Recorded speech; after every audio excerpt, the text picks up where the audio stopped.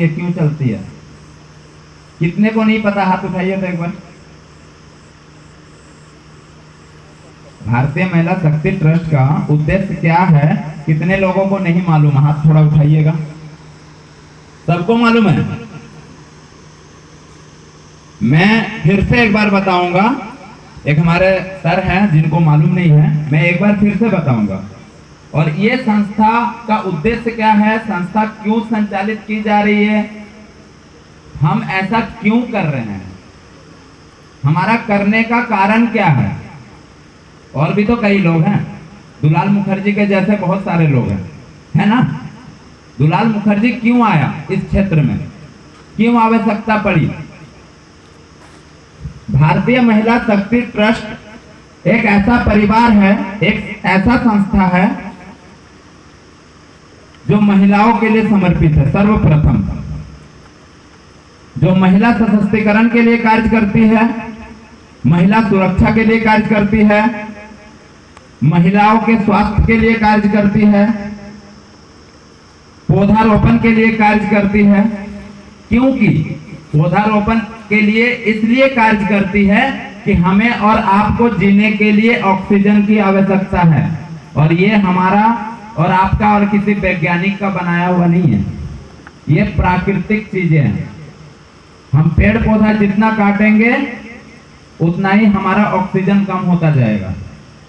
इसलिए हमें नहीं, संस्था को नहीं, आप सबको एक एक पौधा लगाना चाहिए, जिससे कि हम और आप जीवित रह सके, हर मनुष्य जीवित रह सके, क्योंकि ऑक्सीजन वहीं से आता है। कई बार क्या होता है, कई लोग सुनने के लिए बहुत अच्छा लगता है, फेसबुक में सोशल मीडिया में डाल दिया, बहुत अच्छा लगा, लेकिन कोई अमल नहीं करता। किताबों में पढ़ते हैं, कोई अमल नहीं करता। इन सब चीजों को जब हम अमल करने लगेंगे ना, उस दिन हमारा समाज, हमारा क्षेत्र बहुत ही अलग होगा। इन्हीं सब कमजोरियों के वजह से बीच के बिचौलिए हमारा फायदा उठाते हैं। हम अमल नहीं करते, जानकारी नहीं रखते, हम एक दूसरे के बातों पर आ जाते हैं। कोई हमें डिमोटिवेट किया, उनके बातों पर आ जाते हैं। हमें जागरूक होना पड़ेगा, हमें जागरूक होना पड़ेगा। दूसरा हमारा है, हम लोग रक्तदान पे भी काम करेंगे। रक्तदान करना कोई नुकसानदायक नहीं है। बहुत इंसान सोचता है कि मेरे शरीर से ब्लड चला जाएगा 1 किलो, तो 1 किलो जाएगा ना तो 2 किलो वापस भी आ जाएगा।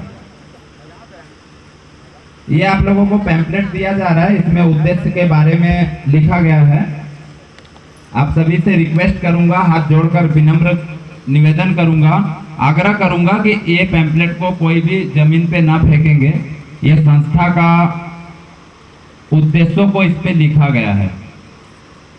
कम से कम इसका सम्मान नहीं कर पाएंगे तो कम से कम आप सम्मान भी मत कीजिएगा, है ना? इसको पढ़िएगा और उसको अच्छे से रख दीजिएगा, फेंकिएगा नहीं। बहुत इंसान होते हैं मोड़ के फेंक दिए, मीटिंग से बाहर निकले, मेन गेट में पता चला 17-18 पड़े हुए हैं। हमारी संस्था गरीब परिवारों को सिर्फ बिलासपुर में नहीं, सिर्फ छत्तीसगढ़ में नहीं, संपूर्ण भारत के सभी ग्रामीण क्षेत्रों में गरीब परिवारों को सरकारी योजनाओं की सही जानकारी देने का भी कार्य करती है। वो क्यों? क्योंकि मेरे लिए, आपके लिए 5 रुपए, 10 रुपए, 20 रुपए, 50 रुपए, 100 रुपए बहुत बड़ी रकम नहीं है ना? 10-20 रुपए, 50 रुपए बहुत भारी रकम है क्या आपके लिए? मेरे लिए भी नहीं है, आपके लिए भी नहीं है। लेकिन वो 20 रुपए, 50 रुपए, 100 रुपए उन गरीब विधवा माताओं के लिए, उन गरीब परिवारों के लिए, उन असहाय माताओं बहनों के लिए बहुत बड़ी रकम होती है, जिनको सरकारी लाभ दिलवाने के लिए बीच के बिचौलिए 10, 20, 50, 100 रुपए का रकम वसूली करते हैं ना? करते हैं कि नहीं करते? क्यों करते हैं? कारण यह है कि उन परिवारों को सही जानकारी देने वाला कोई नहीं है। उनको सही जानकारी यदि हो तो बीच के बिचौलिए जो 10, 20, 50, 100, 200 रुपए का जो रकम वसूल करते हैं वो नहीं करेगा। दूसरी चीज है, हमारी संस्था संपूर्ण भारत के सभी प्रांतों में हम पहुंचेंगे। आज नहीं तो 10 वर्ष भी लगेगा, कोई दिक्कत नहीं, पहुंचेंगे जरूर। आप लोगों का साथ रहा तो बहुत जल्दी हम इस मंजिल को सफल बना लेंगे। हम घर घर तक पहुंचेंगे और हमें उन घरों पे जाके फूल माला पहनने के वो नहीं है, शौक नहीं है। हम उन गरीब परिवारों को सहयोग के लिए पहुंचेंगे। हमारी योजना जो चल रही है स्वरोजगार क्रांति योजना, हमारी संस्था के द्वारा एक योजना संचालित की जा रही है, वह है स्वरोजगार क्रांति योजना। इस योजना में ग्रामीण क्षेत्रों की जो महिलाएं होती हैं उनको समूह के साथ में जोड़ना और जोड़ करके उनको छोटे छोटे कुटीर उद्योग के साथ में हमें जोड़ना है, उनको प्रशिक्षण दिलवाना है और उनको कार्य करवाना है। हमने पूरे प्रोजेक्ट को, पूरे योजना को हमने इस प्रकार डिजाइन किया कि इस योजना को फ्लॉप होने का कोई सवाल पैदा नहीं होता। क्योंकि प्रोजेक्ट फेल कहां होता है, प्रोजेक्ट लैप्स कहां करता है, प्रोजेक्ट बंद कहां होता है मालूम है? प्रोजेक्ट बंद तब होगा जब उसका मैनेजमेंट खराब होगा, उसकी देखरेख खराब होगी, मैनेजमेंट टीम खराब होगा। आप लोग खराब हैं कि अच्छे हैं? बताइए, जितने पंचायत कोऑर्डिनेटर, ब्लॉक कोऑर्डिनेटर दीदी लोग हैं हमारे, अच्छे हैं कि खराब हैं? तो जब अच्छे हैं तो फिर प्रोजेक्ट बंद होगा क्या? बंद नहीं होगा ना, बंद होने का सवाल ही पैदा नहीं होता। ये योजना बहुत सोच समझ के हमने चालू किया है।